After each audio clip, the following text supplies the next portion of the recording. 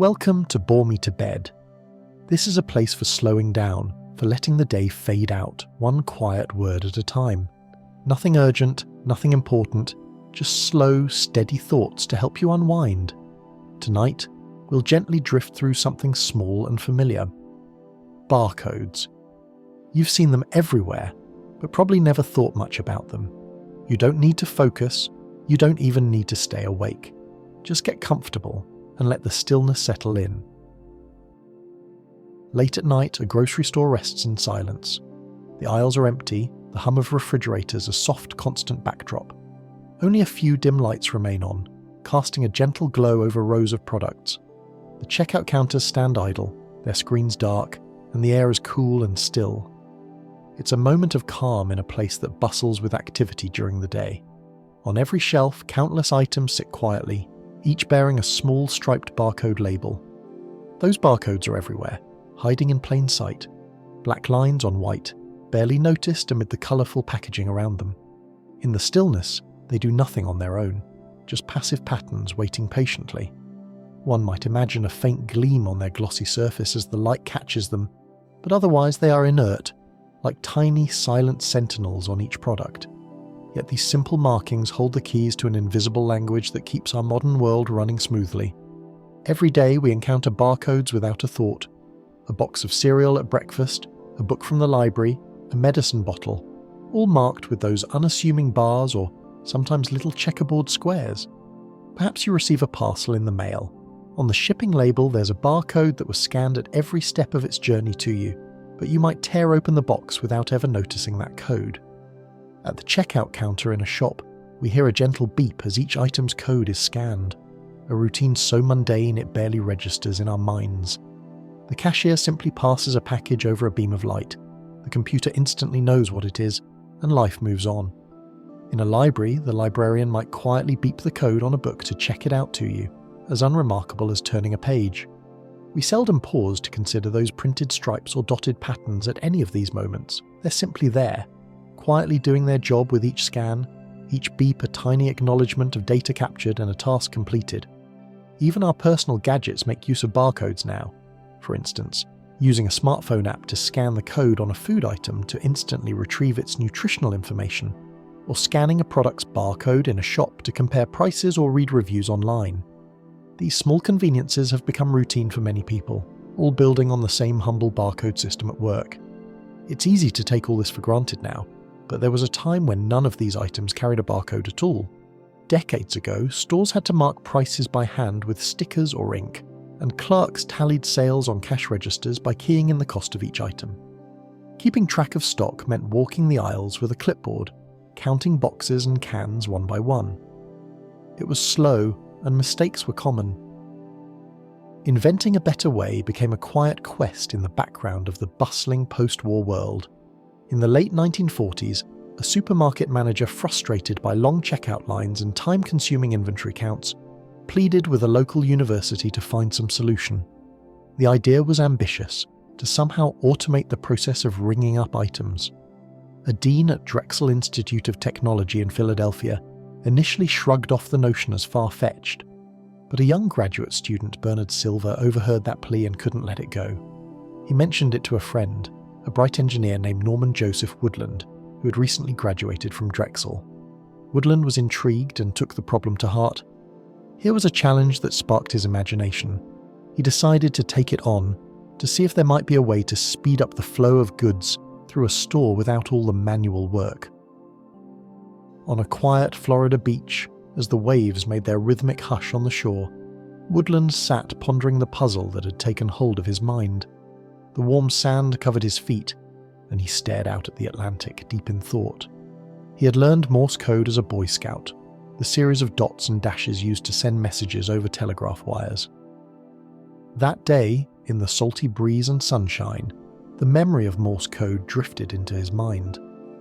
Perhaps the idea surfaced because Morse code was a way to encode information in simple binary terms, something that could be analogous to how products might be encoded. Woodland let his fingers trail in the sand. Absent-mindedly, he drew a few dots and dashes, the way one might idly doodle while thinking. Those brief impressions in the sand represented letters in Morse, but they vanished almost as soon as he made them. As he sat there, an inspiration came gently. What if those dots and dashes could be extended, made longer so that a machine might more easily detect them? He pressed 4 fingers into the sand and pulled them toward himself, leaving behind a set of parallel lines. Now he had narrow lines and wide lines, akin to the short and long signals of Morse, but turned into a continuous script on the ground. The sea breeze whispered over this pattern of grooves. In that moment, the essential idea of a barcode, data as a pattern of lines, was quietly born in his imagination. As he played further with the idea, Woodland used his hand to swirl the lines into a circle, sketching a kind of bullseye target in the sand, made of alternating light and dark rings. Perhaps, he mused, a circular pattern could be scanned from any angle, unlike straight lines which a scanner might need to hit just right. The bullseye design would allow a scanning beam to cut across the target in any direction, and still read the code, making it more forgiving in practice. He imagined a checkout clerk not having to align the item perfectly. The code would be readable no matter how it was turned. This elegant idea of a circular barcode would later appear in early design sketches and trials. In those soft hours by the ocean's edge, Woodland had quietly laid the foundation for a technology that would one day weave itself into everyday life. As the sun moved lower and the tide inched forward, one might picture the waves eventually washing over the sand, erasing those lines and rings. But the idea remained firmly etched in Woodland's mind. At that time, it was still just a dream drawn in sand, fragile and ahead of its era. Woodland and Silver wasted little time in trying to turn the beach inspiration into something real. They sketched out ideas and filed a patent in 1949 for a system of identifying items using printed patterns of lines. The application even included that bullseye design as a possibility. The patent was granted in 1952, officially recognizing their classifying apparatus and method. But having the idea on paper was only part of the journey. The two inventors built an experimental setup to test their concept. In Woodland's own living space, they cobbled together a kind of optical reader. They used a bright 500-watt incandescent bulb, the sort you might use in a projector, blazing hot and intense, as a light source to illuminate their code. The code itself was printed in ink that could fluoresce under the light. Opposite the illuminated label, they placed a photosensor hooked to an oscilloscope, an instrument that displays electrical signals as waves on a screen. As they passed the bullseye patterned label in front of the bulb and sensor, they indeed saw a wiggling line trace on the oscilloscope, corresponding to the pattern of the rings. The prototype was roughly the size of a desk and quite temperamental, but it showed that the principle could work. In a darkened room, the glowing rings on their test label could be seen by the sensor. However, it was not a practical system yet. The apparatus was bulky and finicky, and the task of interpreting the signal still had to be done largely by human observation of the oscilloscope. In short, the world wasn't ready. By one account, an expert evaluation declared that the invention was about 20 years ahead of its time. Woodland and Silver had the right idea, but the technology needed to fully automate it. Mini-computers for fast calculations, lasers or other efficient light sources for scanning did not yet exist in a compact, affordable form, so for a while their idea lay dormant. The patent sat quietly on the shelf, and life moved on. It would take advances in electronics and a growing demand for automation to bring the barcode concept back to the forefront. In the 1960s, a new spark arrived, the laser. A beam of pure, focused light that could be directed with precision, the laser was the perfect tool to illuminate printed codes. Lasers produced an intense, narrow light that could scan across a pattern and pick out tiny differences. Suddenly, the notion of reading a barcode in a flash of light became more plausible. At the same time, supermarkets were growing larger and busier, and the need for a better checkout system became more acute. By the late 1960s and early 1970s, the industry was actively searching for a workable solution. Trade organizations formed committees to set requirements and invite proposals. Various technology companies and research teams revisited Woodland's old idea with fresh eyes and better components. Different designs were proposed and tested, almost like gentle competition among inventors. One early trial used Woodland's bullseye-shaped code printed in a special fluorescent ink that glowed under ultraviolet light. In a pilot run at a supermarket in Cincinnati, items were labelled with these circular codes. a checkout machine shone UV light and attempted to read the rings as products moved through. For a brief period, it seemed like the future had arrived. Shoppers could wheel a cart under a scanner and have all items detected automatically.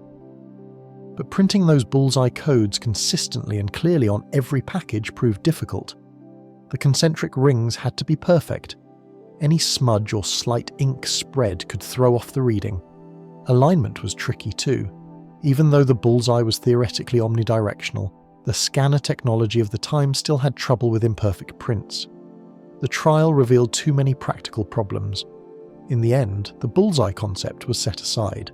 The core idea of automated scanning lived on, but it needed a different embodiment, something simpler to print and robust to scan.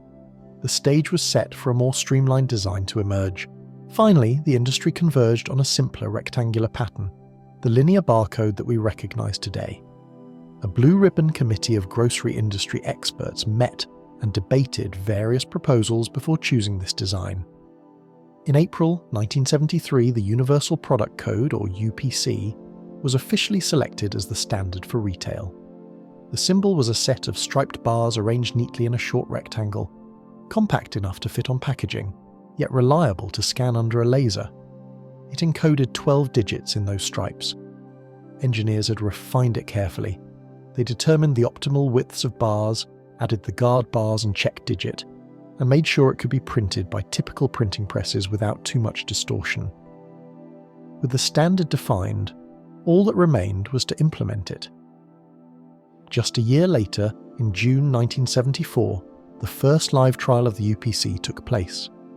Before a small gathering of industry representatives and curious onlookers, the first retail barcode was scanned at the checkout of a supermarket in Troy, Ohio. In an almost symbolic choice, the first item was a simple pack of chewing gum, a humble little product that unexpectedly found its way into the history books with a single beep. In fact, that pack of gum, or at least the empty wrapper from it, eventually ended up in the Smithsonian Museum, a humble historical artifact commemorating the dawn of the barcoding era. The night before that event, store staff had worked to attach barcoded stickers to hundreds of items on the shelves, preparing for the demonstration. That morning, as the gum's barcode label was passed over the scanner, the cash register recognized it instantly and recorded the sale with no manual keying. What followed was just a routine transaction, a receipt printed, change given, but it signaled a quiet revolution in how stores would handle transactions. After years of anticipation, the concept was proven in that ordinary moment. From that point on, the spread of barcodes through retail shelves was steady and seemingly unstoppable, though it happened without much fanfare. In the following years, more and more manufacturers began printing the UPC on their product packaging, and more stores installed scanning systems. Through the late 1970s and into the 1980s, the familiar pattern of lines became a common sight on goods. By the end of the century, it was hard to find any packaged product without a barcode. A technology that started as a daydream in the sand had quietly become an everyday reality worldwide. The striped symbol had become as familiar and unremarkable as the products it adorned, a silent emblem of efficiency in the modern world. It's worth noting that after the first barcode scan in 1974, adoption of the technology was not instantaneous. Throughout the late 1970s, more supermarkets and retail stores gradually invested in laser scanners and computer systems, and manufacturers began adding the UPC symbol to their product packaging.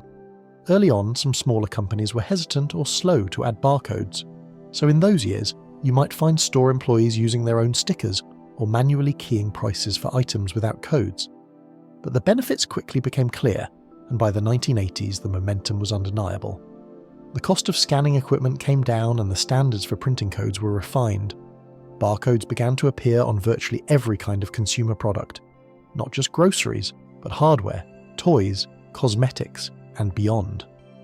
Book publishers started printing a specific barcode, the Bookland EN, which encodes the ISBN number, on book covers, simplifying sales and inventory in bookstores and libraries.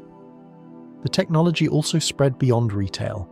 By the late 1980s and 1990s, barcodes were being used in postal services for routing mail, in factories for managing parts, and in patient care, as we discussed. The black and white stripes graduated from a novel curiosity to a ubiquitous feature of modern life. By the end of the 20th century, the sight of a barcode on a package was as expected as a printed price or a brand logo. It quietly became an essential tool of global commerce. Today, it would be a challenge to find a new product in a store that doesn't have some form of barcode on it. This widespread acceptance took years of coordination and trust building.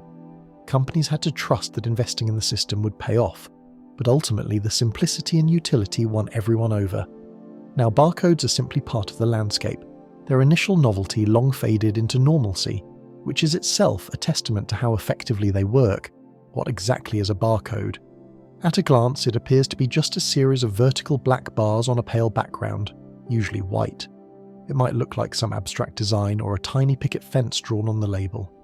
The magic lies not in the individual bars themselves, but in the pattern they collectively form. Think of it as a way of writing numbers, or other data, in a form that a machine can quickly read, much faster and more accurately than human eyes reading printed numbers. Instead of ink forming recognizable digits or letters, the ink is arranged in a special sequence of stripes. Each little segment of black or white in that sequence has meaning due to its width or position. In a typical barcode like the UPC, the pattern encodes a set of digits, effectively a 12-digit number that identifies a product. The black bars and white spaces are of varying widths, and those variations are not random. They represent those digits in a sort of binary code, a language of ones and zeros expressed as dark and light. It's like a secret code spelled out in the silence of printed ink. Because machines excel at detecting contrast, barcodes are printed with high contrast in mind, usually black bars on a white background for maximum clarity. In principle, other colour combinations can work as long as one is sufficiently dark and the other light. You might have seen the occasional barcode in dark blue or green, but black on white remains the most reliable and common. The barcode doesn't look like the numbers to our eyes, but to the scanning device it is as clear as a digital readout. It's a different kind of language, one designed for optical sensors rather than for human sight. When a barcode is scanned at the store, it usually happens in the blink of an eye. Yet within that blink, a carefully orchestrated interaction plays out between light, ink, and sensor. Early barcode scanners, and indeed many still in use today, rely on a thin red laser beam as the reading light. Inside the scanner, a laser diode emits a concentrated beam of red light. This beam is typically directed outward and swept across the barcode. In some scanners, an oscillating mirror or a rotating prism moves the beam back and forth at high speed, tracing a line many times each second. In others, like handheld wand scanners, the motion comes from the user, who glides the tip across the code. But the principle is the same. The red beam moves across the pattern of bars from one side to the other. As the light travels over the barcode surface, it continuously encounters alternating dark and light areas. The black bars absorb the light, or more accurately, they reflect far less of it, while the white spaces reflect the light strongly back toward the scanner. A photoelectric sensor, essentially an electronic eye sensitive to the specific color of the laser, sits inside the scanner to catch the returning light. When the beam passes over a white space, the sensor sees a flash of brightness. When it passes over a black bar, it sees a dip or darkness. The sensor converts this fluctuating light into an electrical signal that rises and falls with the intensity. The output is a kind of waveform, a series of peaks and valleys corresponding to the sequence of light, white, and dark black elements. In essence, as the beam sweeps across, the barcode is translated into a pulsating pattern of light and dark, which becomes an analog electrical signal. This happens incredibly fast and often multiple times in a fraction of a second. In a grocery store scanner, you might notice a faint red grid or line in the scanning window. That's the laser at work, sometimes making several passes at different angles to catch the code no matter how the item is oriented. Through this dance of light and reflection, the static printed code is turned into something a sensor can interpret. The scanner's electronics then interpret that pattern of light and dark and convert it into digital data. Essentially, the analog waveform from the sensor is processed by circuitry, or nowadays by a microprocessor in the scanner. The timing and width of each reflected stripe is measured precisely. The scanner identifies sequences corresponding to the code's basic units. For instance, in a simple conceptual way, one might say a narrow white gap could represent a binary 0 and a wider gap a 1. Though in reality, barcode encodings use more elaborate patterns than a direct binary string. The key point is that each digit or character in the barcode corresponds to a particular arrangement of black and white modules in a short stretch of the barcode. The scanner's decoder knows the library of possible patterns for the code type, UPC in our example.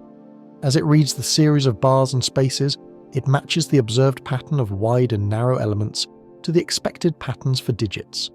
For example, in UPC, each digit is encoded by 2 bars and 2 spaces in a total of 7 modules of width.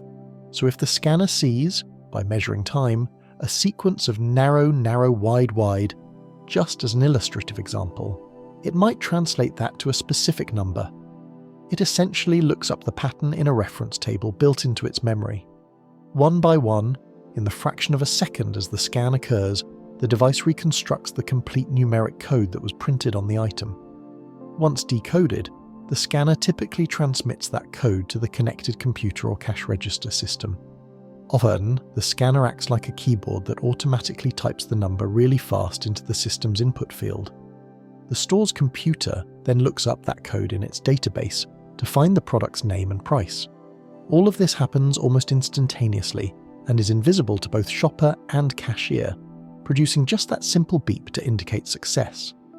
That little beep we hear is essentially the scanner saying, "I got it, I read the code, okay." It's a tiny confirmation of a successful scan, the only outward sign of that whole silent process of pattern recognition. In that brief flash of a second, the barcode and scanner have performed a silent dance of communication. Light and shadow were converted into digits, and those digits conveyed meaning to a computer system.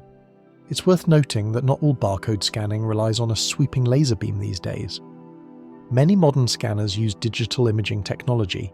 Instead of a moving laser spot, these devices have a small camera that takes a quick picture of the barcode. Then a processor analyzes the image to detect the pattern of bars or the matrix of a QR code. This method has become especially common with the rise of smartphones. The camera in your phone can act as a barcode scanner, capturing an image of the code and decoding it with an app or built-in software. From the user's perspective, it's still point and scan. The difference is all internal. Imaging scanners can read barcodes in any orientation without needing a moving beam, and they excel at reading 2-dimensional codes like QR. They can also handle less than perfect codes by using image processing. For instance, if a barcode is slightly blurred or at an angle, the software can often correct or interpret it. Whether via laser or camera, the goal is the same: to swiftly and accurately translate those printed patterns into digital information. The technology might have evolved in form, but the fundamental concept remains: light or image in, data out, almost instantaneously. Let's consider the Universal Product Code, UPC, more closely, as a concrete example of how information is encoded. The standard UPC barcode found on a soda can or a candy bar carries 12 numerical digits of data. These digits are not random. They're carefully structured into parts. The code is typically broken into a few logical segments. The first portion of digits signifies the manufacturer or brand, an assigned number that identifies who made the product. This is sometimes called a company prefix. For example, all products made by a certain cereal company might start with the same 3 or 5-digit prefix in their barcodes, tying them to that manufacturer. The next portion of the code is the item reference, a number that the manufacturer assigns to a specific product. For instance, distinguishing a 500-gram box of cornflakes from a 250-gram box of the same brand, each variant gets its own number. Combined, these two parts, manufacturer and product item, create a unique identification for that product. Finally, the last digit of the UPC is something called a check digit. This check digit isn't chosen arbitrarily. It's calculated from all the previous digits as a form of safety check. The calculation is done in a specific way, adding up multiples of the other digits, a simple arithmetic recipe. When a scanner reads all the bars and spaces, it automatically computes what the check digit should be, based on those first 11 digits, and compares it to the 12th digit that it actually read. If they don't match, the scanner knows something was misread and will usually reject the scan or try again. This tiny redundancy, a single digit of overlap effectively, provides an important error check. It ensures that even if a barcode is slightly defaced or the scan catches a glare, the chance of an incorrect set of numbers being accepted is extremely low. The system would rather have no read and prompt a rescanning than a wrong read. The inclusion of the check digit means that an accidental error, like reading a bar slightly too wide or too narrow, is caught because the pattern won't line up to a consistent code. In this way, the UPC code is not just encoding information but also policing itself for mistakes, quietly adding to its reliability. As a side note, some UPC codes use certain prefixes for special purposes. For instance, a leading digit of 2 is often used for items sold by weight like produce or meat in grocery stores, where the barcode might encode the weight or price. But regardless of these variations, the overall format with a check digit remains consistent. You might notice that a UPC barcode has some longer bars at the very beginning, another set in the middle, and again at the end of the symbol. These aren't ordinary data bars but special guard patterns. They act like the start and end markers and a middle divider, akin to putting a capital letter at the start of a sentence and a period in the middle, and at the end, if you will, to help structure it. The guards help the scanning device calibrate and also indicate orientation. For instance, the pattern at the beginning and end of a UPC, bar space bar, tells the scanner, here is where the code begins, and here's where it ends, bracketing the data. The center guard pattern, usually a slightly different bar space bar sequence, splits the left half and right half of the code, and also gives the scanner a point of reference as it reads across. In essence, the barcode has a built-in framework so that it can be scanned even upside down or backwards, and the decoding logic will still figure it out. This is achieved because the digits on the left side of that center divider are encoded in a different way, a sort of inverse pattern, compared to the digits on the right side. As a result, if a barcode is read from right to left instead of left to right, the patterns don't line up correctly according to the expected left side scheme, alerting the scanner that it's seeing things in reverse. The system can then reinterpret the sequence the correct way around. All these little design features, the guard bars, the check digit, the mirrored encoding on one half, work together quietly to make the UPC robust and reliable in the noisy real world of printing and scanning. They add layers of error resistance and clarity without any extra effort needed from the person doing the scanning. As barcodes spread internationally, slight variations on the UPC were developed to meet global needs.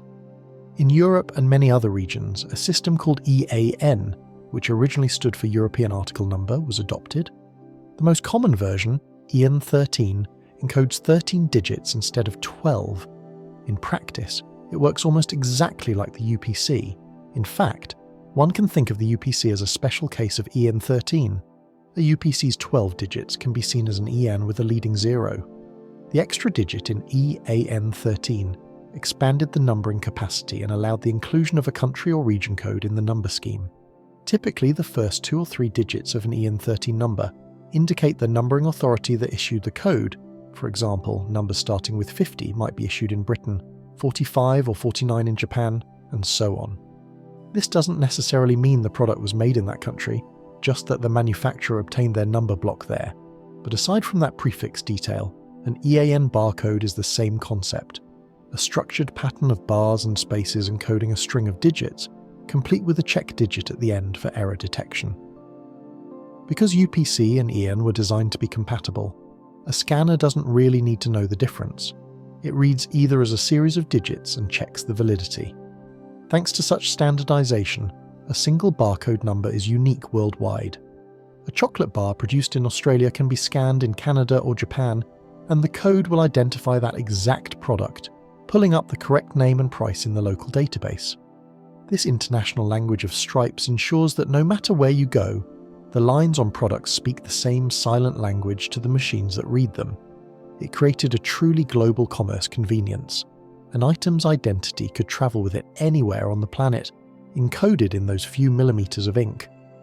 Beyond the familiar UPC and EAN used in retail, many other barcode patterns, called symbologies in the field, have been developed over time to serve different needs. One of the early ones was Code 39, which you might have encountered on things like name badges, industrial inventory labels, or military equipment tags. Code 39 is a straightforward symbology that can encode both letters and numbers, as well as a few special characters. It earned the name Code 39 because it originally could represent 39 different characters, the 10 digits 0 through 9, the 26 letters A through Z, and a handful of symbols like hyphen and $sign.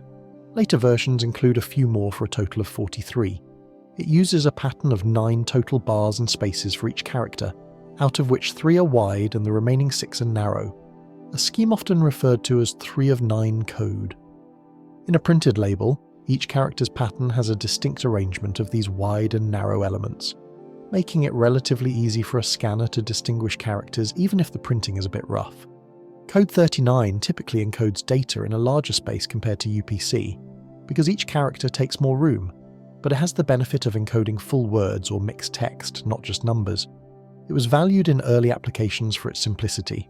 It can be decoded with basic logic, and it often doesn't require a separate calculated check digit, since any single bar error usually produces an invalid pattern that won't match a valid character, providing a kind of built-in error detection.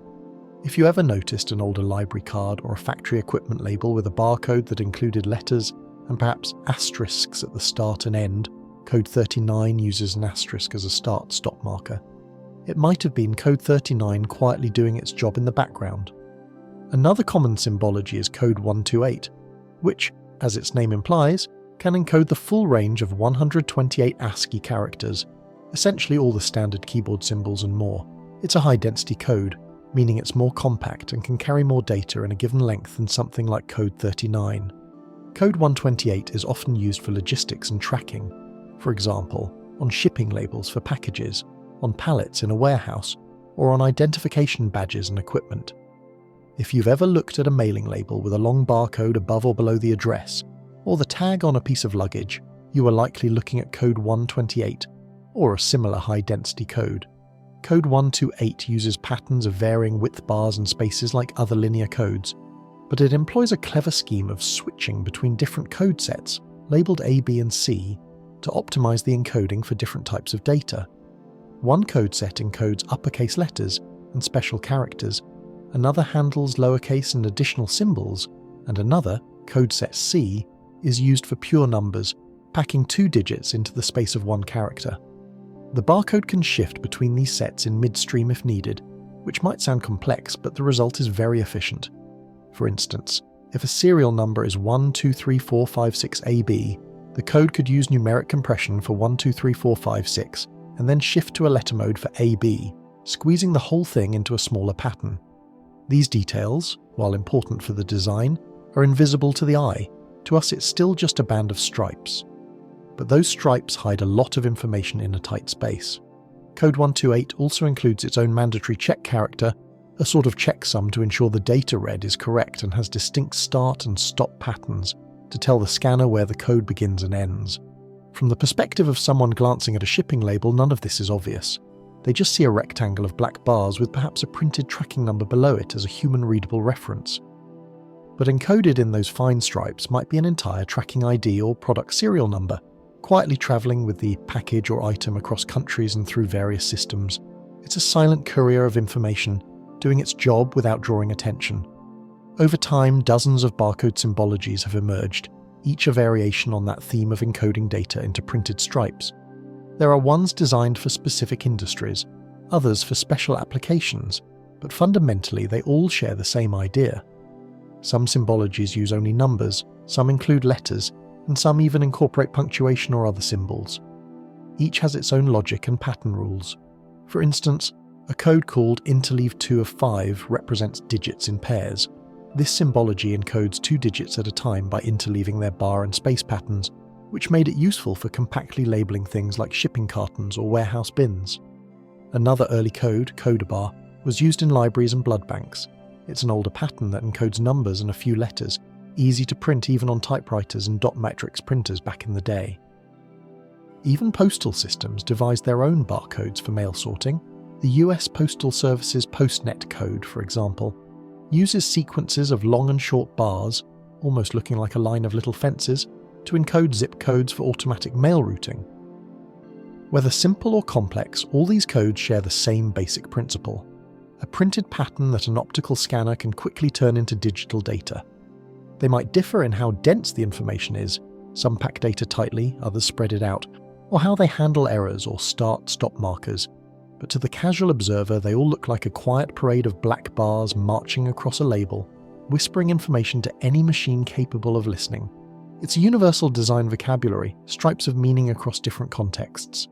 Wherever there is a need to attach information to a tangible item, these printed codes serve as the medium, dutifully carrying data from place to place. While traditional barcodes are one-dimensional, the information is spread out in one direction along the length of the bars, eventually people found ways to pack much more data by extending the code into 2 dimensions. Instead of just lines, these newer codes use patterns of squares or dots arranged in a grid, effectively a tiny mosaic of data.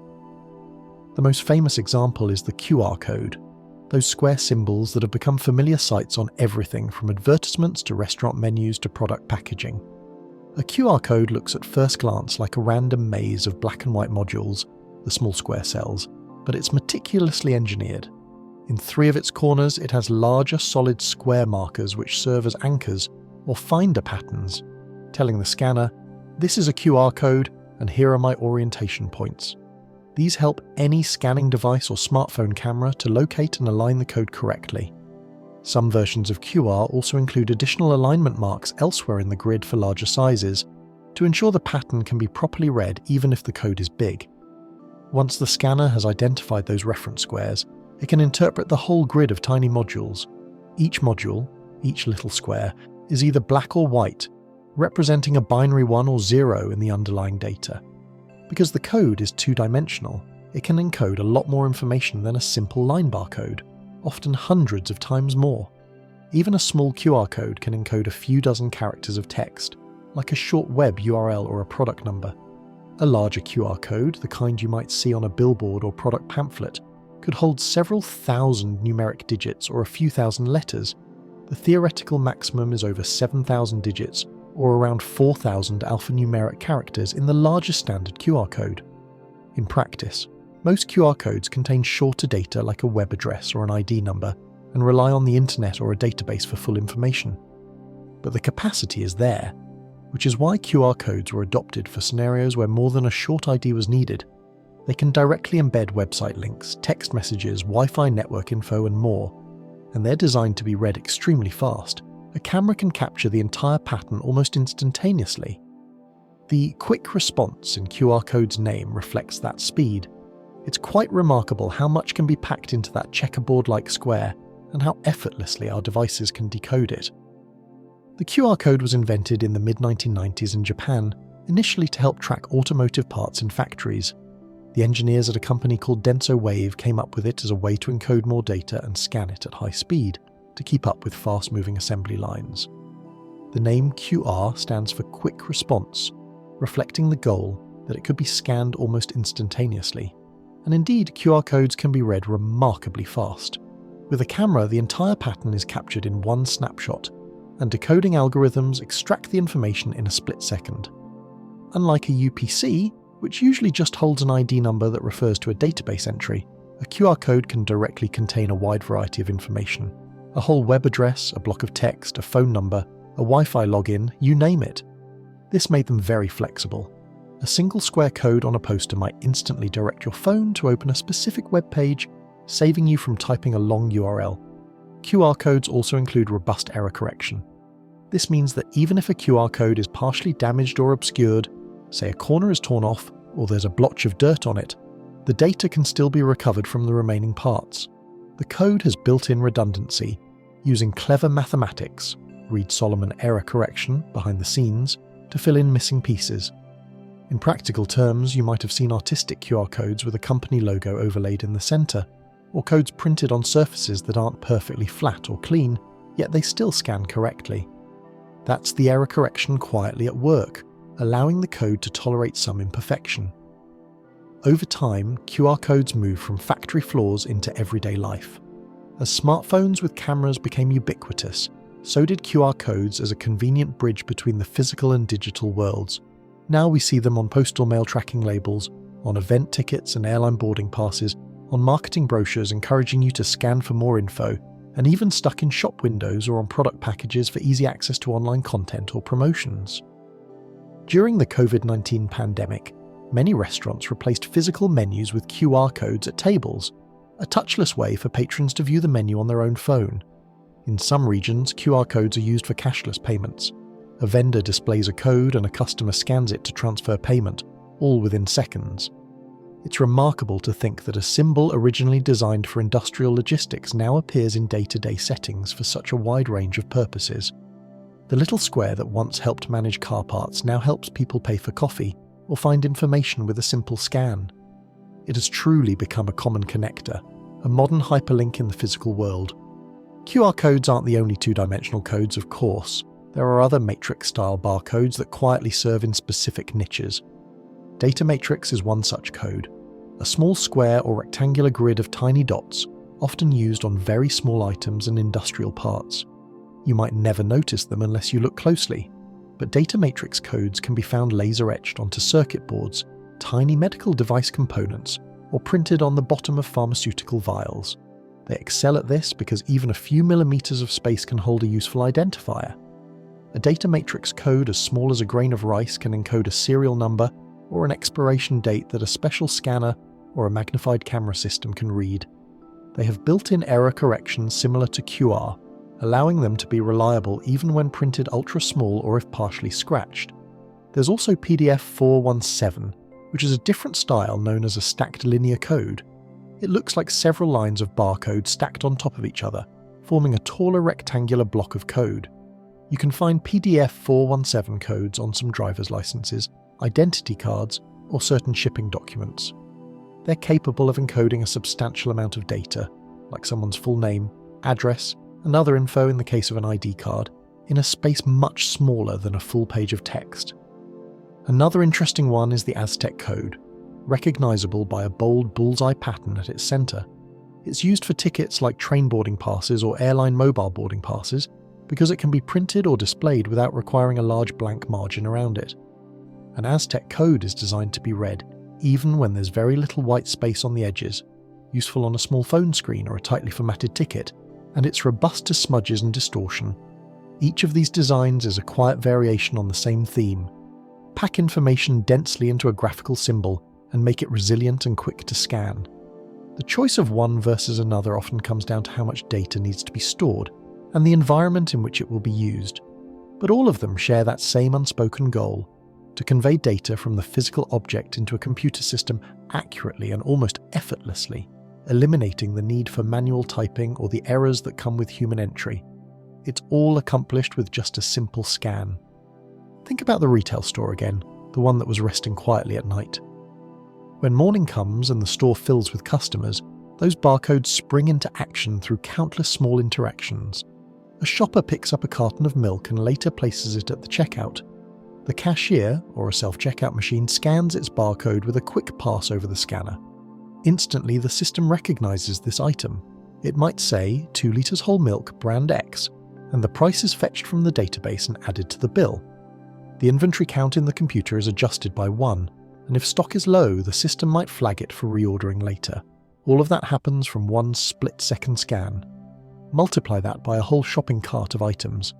By the time a full trolley of groceries is scanned, dozens of these silent database lookups have occurred, each triggered by a barcode and resolved in a fraction of a second. The cashier doesn't need to key in any prices or item codes manually, as was done in the era before barcodes. They just swipe items across the scanner in a smooth rhythm. Beep, beep, beep. This automation makes the checkout process much faster and more accurate than the old manual way. For the shopper, it's just a routine errand that flows relatively quickly. Groceries on the counter, groceries bagged, receipt printed. Nothing remarkable in that moment. For the store, however, it's an efficient, nearly invisible choreography of data management happening in parallel with the physical movement of goods. The barcodes, in their humble way, are the little workhorses enabling that dance. Item after item, day after day, they help ring up sales correctly, maintain accurate stock records, and even produce data for sales analysis or reordering, all without drawing attention to themselves. By the end of the day, the store's computer knows exactly how many cartons of milk or boxes of cereal were sold, thanks to each of those quiet scans. It's hard to imagine modern retail without this symphony of subtle beeps and the stripes that make them possible. Beyond the store, consider the journey of goods in warehouses and through shipping. In a vast, quiet distribution centre, a pallet of products arrives from a factory. Each box on that pallet has a barcode label, perhaps printed in a code 128, or a similar format specialized for logistics. As the pallet is unpacked, workers or automated scanners on conveyor lines scan each box to record its arrival. With each scan, the warehouse's computer system logs what the item is, which batch it came from, and often assigns it a storage location. Perhaps the system directs a forklift to place the pallet in a specific aisle, all based on those scanned identities. Later, when customer orders come in, or when the store needs restocking, scanners are used again to ensure the right items are picked from the shelves. A worker might carry a handheld device that beeps each time it scans the barcode on an item that matches the order list, confirming it's the correct product. Before a box is shipped out, it gets scanned one more time to verify it's going onto the correct truck or route. Through each step, barcodes help ensure accuracy, the right product in the right place at the right time. They act as a silent referee, preventing mistakes like the wrong item being sent out, because the system will catch a mismatch when a scan doesn't match the expected order. In the shipping phase, the tracking number on your package, represented as a barcode on the shipping label, gets scanned at every major checkpoint, updating its status in the online tracking system. From a quiet warehouse in one country, to a busy airport cargo facility in another, to the delivery depot in your town, the package's barcode is repeatedly and dutifully scanned, whispering its identity to all the logistics systems that handle it. This is why you can check your parcel's progress and see entries like departed facility or out for delivery. Each of those updates was triggered by a scan at a certain location. Even at the final doorstep, the courier might scan the package one last time to mark it as delivered. It all happens so seamlessly and is taken for granted by nearly everyone, yet this global dance of logistics relies on those unobtrusive labels. They are like little passports for packages, allowing them to smoothly pass through a vast network of checkpoints, all thanks to a quick flash of a scanner's light each time. In a quieter setting, imagine a hospital in the early morning. The corridors are dimly lit and many patients are still asleep. A nurse walks softly into a patient's room to administer a scheduled medication. Before giving the medicine, she uses a handheld scanner to check the barcode on the patient's wristband, then the barcode on the medication vial. The wristband's barcode encodes the patient's ID number. The medication's barcode encodes the drug and dose. With a gentle click and a soft beep, the scanner verifies that this medication is indeed intended for this patient and that the dosage is correct. In that simple action, two crucial pieces of data are cross-checked in an instant. A powerful safety step accomplished so quietly that the patient might not even stir. The room remains hushed and dim, with only the glow of a monitor and the gentle breathing of the patient accompanying that small electronic confirmation. Hospitals around the world use barcodes to dramatically reduce errors. It ensures that the right patient gets the right medication at the right time. Beyond medications, the same concept is used for matching blood units to patients during transfusions. The nurse might scan the blood bag and the patient's band to confirm compatibility. And for tracking lab specimens. When a blood sample is drawn, a barcode is placed on the tube. As it goes through the lab, each machine scans it to associate results with the correct patient. The barcode on a sample tube means that the blood drawn from a particular patient can be traced through various tests and back to the correct person's records without mix-up. It's a silent guardian against potentially dangerous mistakes.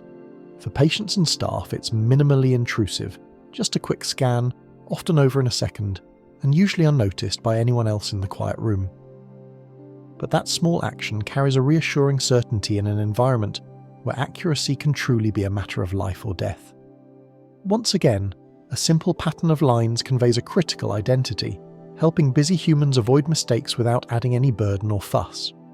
The technology slips into the background, letting caregivers focus on caring, with the barcode taking care of the double-checking. On a factory floor, perhaps in an electronics plant or an automobile assembly line, barcodes quietly monitor the flow of parts. Each component might have a tiny barcode label or an etched code, identifying it among hundreds or thousands of similar pieces. As a part moves from one assembly station to the next, scanners positioned along the line read its code, telling the central system that this specific piece has passed a checkpoint at a certain time. If a part is out of place, or if a wrong component shows up where it shouldn't, the system can flag it immediately, often stopping the line or alerting workers before the error goes any further. The same applies to custom assembly. For example, as a car is assembled, each major module, engine, transmission, etc., might be scanned as it's installed, verifying it's the correct model variant for that specific car's configuration. Tools and machines also integrate with this system. A painting robot, for instance, could scan a code on the car body to know which colour paint to use for that particular order. A computer-controlled milling machine might scan a part's code to automatically load the right program to drill holes in the correct spots. In these industrial scenes, there is often loud noise from machinery, clanging metal, whirring drills, but the communication through barcodes is noiseless and instant amid the chaos. The human workers might barely notice that codes are being scanned in the background. It's just part of the machinery of information. Even years after a product is finished and shipped, those codes can continue to be useful. Suppose a defect is discovered in a certain batch of components. Maybe a certain lot of chips or a batch of medicine has an issue.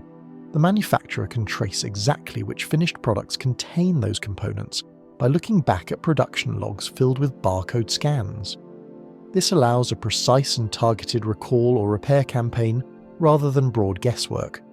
The parts themselves might sit silently assembled inside a device, each with its tiny code still attached like a name tag that no one will read unless needed. It's a subtle presence, a hidden layer of information riding along with physical objects through their creation and into their service life, ready to speak up via a scan if it ever becomes necessary to know that object's history. Even in entertainment and travel, barcodes make their appearance quietly. At a concert hall entrance or a train station gate, tickets are scanned to grant entry. In the old days, an attendant might have manually checked a ticket or torn a stub. Now it's often a laser or camera doing the checking. That ticket's barcode, perhaps printed as a PDF 417 code on paper or as a QR code displayed on your phone, carries the information that your ticket is valid, what seat or section you're entitled to, and whether it's already been used or not. The scanner at the door reads it in an instant. A computer verifies it against the database of issued tickets, and typically a small light turns green, or a subtle beep sounds to indicate all is well. You walk through in seconds without the attendant needing to scrutinize dates or seat numbers. They simply get a quick confirmation on their screen. On airline boarding passes, a barcode, often an Aztec or similar code, holds your flight details and seat information. As you board the plane, an agent or automated gate scans it and instantly verifies you're on the right flight and that your boarding is recorded. The passengers might hear the soft succession of beeps as a backdrop to boarding, hardly paying attention, but each sound represents data being checked and a person's entry being logged. The system knows exactly who has boarded and who hasn't by those scans. These experiences from daily commutes to special events are smoother and faster thanks to that subtle cooperation between printed codes and scanners. There's very little room for error or fraud. A duplicate ticket or an invalid fare simply won't produce the OK beep. And yet for the user, it all feels almost frictionless. One quick scan and you're through, often without even breaking stride. It's another example of barcodes working quietly in the background, speeding things along in a way we barely notice, unless something goes wrong and that beep doesn't come. A critical aspect of barcode systems, often unseen, is their built-in reliability. Printing can be imperfect. Labels can get scratched, smudged, or partially torn. To handle this, barcodes incorporate elements of error detection and sometimes error correction. We already touched on the check digit in a UPC code. That's a simple example of error detection. If even one digit is misscanned, the check digit won't match the expected value, and the system knows something's wrong. It will reject that read and usually prompt the cashier or user to scan the item again, rather than risk recording incorrect data. This way, a stray mark or a bit of dust causing a misread doesn't result in an incorrect product being identified. It just results in a momentary retry. In more advanced two-dimensional codes like QR codes or data matrix, the concept goes further with actual error correction.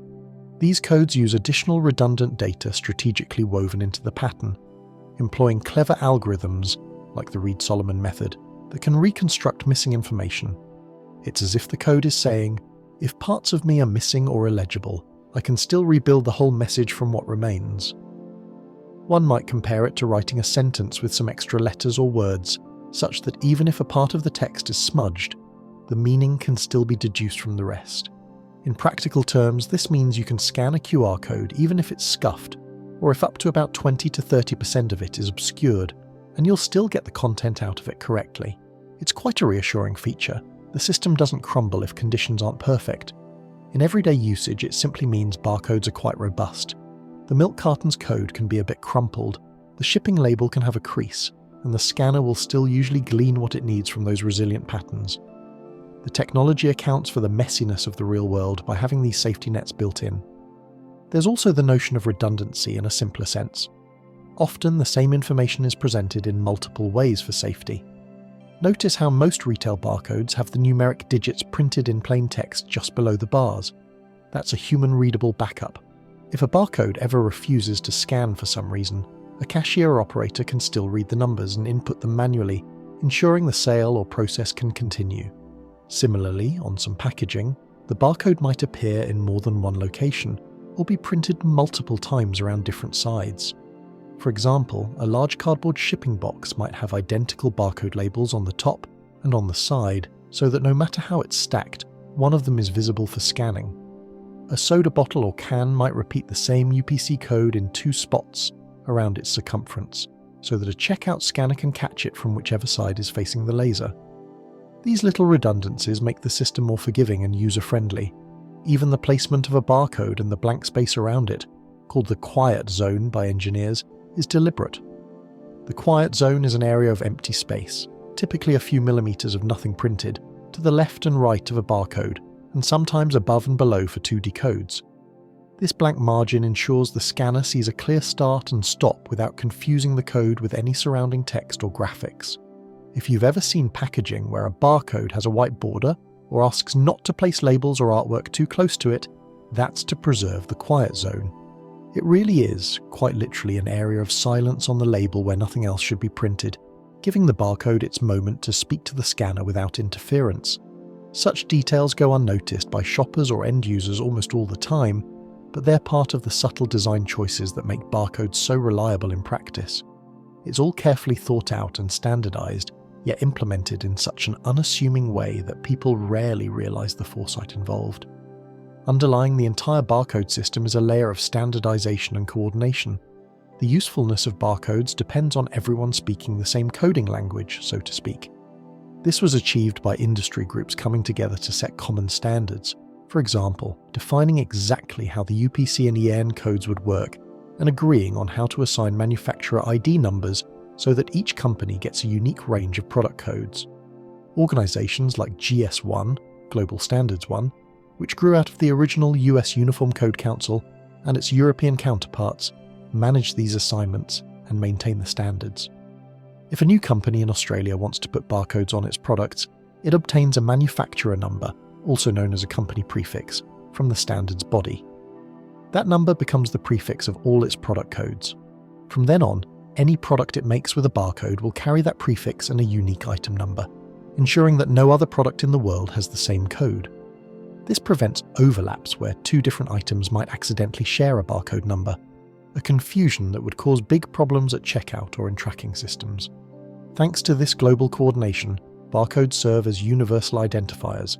It doesn't matter which language the product's packaging is written in or what currency the price tag shows.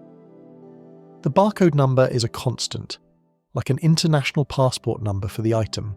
A can of soup or a phone charger has the same numerical code wherever it goes, and any standard scanner can read it and pull up the corresponding record in a database. That consistency is one reason barcodes became so pervasive and powerful. Any scanner anywhere can handle them as long as it follows the standard. The whole system, from the machines that print the codes to the scanners that read them to the inventory software that logs them, interlocks through those agreed upon specifications. It's a vast infrastructure that remains largely invisible to consumers, quietly harmonizing the flow of information about billions of items moving around the globe. Another reason for the enduring presence of barcodes is their elegant simplicity and cost-effectiveness. They're just printed ink on paper or whatever surface is handy on a product. There's no circuitry, no battery, nothing to maintain. You don't turn on a barcode. It simply exists quietly until read. This makes them extremely cheap to produce and use. Once you know the right pattern for a given code, you can print barcodes with any ordinary printer or product packaging process. A manufacturer can print hundreds of barcode labels for only pennies worth of ink and paper. In contrast, More high-tech tagging methods like RFID radio frequency identification chips offer some advantages. They don't need line of sight, for example, but each tag costs far more than a printed label and requires specialized equipment and sometimes power to operate. So for the vast majority of applications, the good old barcode remains the practical choice. It does its job well enough that there's little pressure to replace it with something more complex. It's also remarkably fast and accurate in operation. A quality scanner can process dozens of codes in a second without error, vastly outperforming what a human could do in putting numbers by hand. In bulk scanning situations, like scanning a whole cart of groceries or sorting hundreds of packages an hour, this speed and accuracy is essential. As unglamorous as those black and white stripes are, they represent a sweet spot of technology, the right balance of simplicity, reliability, and low cost. They are easy to print on almost any material, whether on a paper label, directly on a cardboard box, or as part of a plastic packaging design, and easy to integrate into different environments. In a way, their very low-tech appearance belies a sophisticated synergy with the rest of the system. The heavy lifting is done by the scanners and computers that interpret the codes, while the barcode itself remains as plain and straightforward as can be. This separation of the simple printed code and the smart reader device is what makes the whole system robust and adaptable. The code doesn't need to change when computers get faster or scanning technology improves. It's a stable, enduring interface between the physical and digital realms. Looking ahead, one might wonder if barcodes will ever be replaced by something entirely new. It's true there are other technologies, like RFID tags that can transmit information via radio waves without a direct scan, or advanced image recognition systems, but barcodes continue to thrive because they hit such a practical sweet spot. An RFID tag can cost 10 or 20 times as much as printing a barcode, and requires special readers and sometimes power. It's fantastic for certain uses, like tracking expensive assets or large pallets, but for tagging a can of soup or a pack of gum, it's overkill. Visually recognizing products without any code, say by their packaging alone, is something humans can do, but teaching computers to do that reliably in every scenario is complex and processor-intensive. The humble barcode, by contrast, simply and reliably tells the computer this is what I am, with near 100% accuracy at minimal cost. For that reason, even as new identification technologies are introduced, barcodes remain firmly in place. In fact, many systems use a combination. For instance, some airline luggage tags now embed RFID chips for certain automated tracking, but they still print a barcode on the tag as a fallback, because they know a quick scan of a barcode will work anywhere without fuss. It seems likely that the barcode will be with us for a long time to come, quietly coexisting with whatever new methods arise, just as dependable as ever. Consider for a moment the quiet journey of a single product and its barcode. Imagine a box of tea on a factory line. As it's packaged, a machine gently presses a barcode label onto it, giving that box a unique identity in black and white stripes. Before the box leaves the factory, a worker or an automated system scans that barcode, logging the item into the inventory system. Now the central database knows that this particular box of tea, among thousands, is ready for shipment. The box is loaded onto a truck along with many others, and begins its trip to a regional warehouse. The truck rumbles through the night, but the box of tea simply rides along in the darkness, its identity securely noted from that factory scan, patiently awaiting the next time its code will be needed. By the next morning, the truck arrives at a distribution centre. There, in a calm corner of a warehouse, the box's barcode is scanned as it's unloaded, updating its status. It has reached the depot and is waiting to go to a store. Pallets of goods stand quietly under the high warehouse ceiling, rows of silent boxes bearing barcodes and awaiting their next movement. The box might sit quietly on a pallet for a day or two. Then it's loaded onto another truck headed to a retail store in a nearby town. Upon arrival at the store, the receiving clerk scans the barcode yet again to acknowledge this item has been delivered to the store. The box is then placed on a shelf in the shop, its barcode facing outward, though no shopper really notices it among the colourful packaging. For a time, it rests there on the shelf alongside other products, just another item with a silent code. Finally, a customer comes along and adds this box of tea to their shopping basket. At the checkout counter, the journey concludes with a swift scan and a friendly beep. The register recognises the item from the barcode and records the sale, decrementing the store's inventory by 1 and adding the price to the bill. the Barcodes work is done. It has shepherded that box of tea from the factory to the customer's home, linking each step of the journey with information. Through all those stages, the barcode was like a small, steadfast guide, ensuring the box of tea was recognised and accounted for at every stop without a single spoken word. It travelled hundreds of kilometres and passed through multiple hands, yet thanks to that little pattern of lines, it was never lost in the shuffle. Such a mundane object, a simple box of tea, but its smooth passage from production to pantry was quietly facilitated by a barcode at every turn. All around us, barcodes quietly weave themselves into the fabric of daily life. We rarely give them a second glance, yet we would notice very quickly if they suddenly vanished. Imagine if overnight every barcode disappeared. Stores would have to revert to manually tagging prices on items and keying them in at the register. Queues would slow to a crawl, and inventory records would become error-prone or out of date. Packages in transit might lose their digital trail, resulting in more lost shipments or delays as humans try to sort them by eye. The smooth convenience we're accustomed to in shopping and logistics would falter. The little barcode is a small guardian against that chaos, doing its job so consistently that we forget it's even there. It's quite poetic in an unsung way that a few stripes of ink can carry such weight in our world. These codes don't boast or demand attention. They sit in the background, humble and unassuming, quietly doing their duty with each scan. They're like a calm, constant presence that keeps things on track.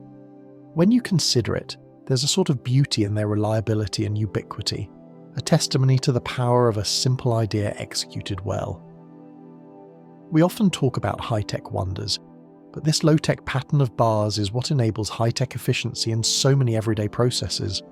The barcode's value is in being unnoticed. It succeeds when you don't have to think about it at all. Each time a light scans over one and a beep sounds, a tiny link is forged between the physical item and the digital world, and then the barcode retreats back into quiet obscurity on the packaging. It has done its part with no fanfare, and it will be ready to do it again and again. In a real sense, barcodes form part of the unseen infrastructure of the modern world, working silently in the background so that everything else can move a little more smoothly. We rely on these coded helpers without a second thought, trusting each tiny scan to be accurate and true.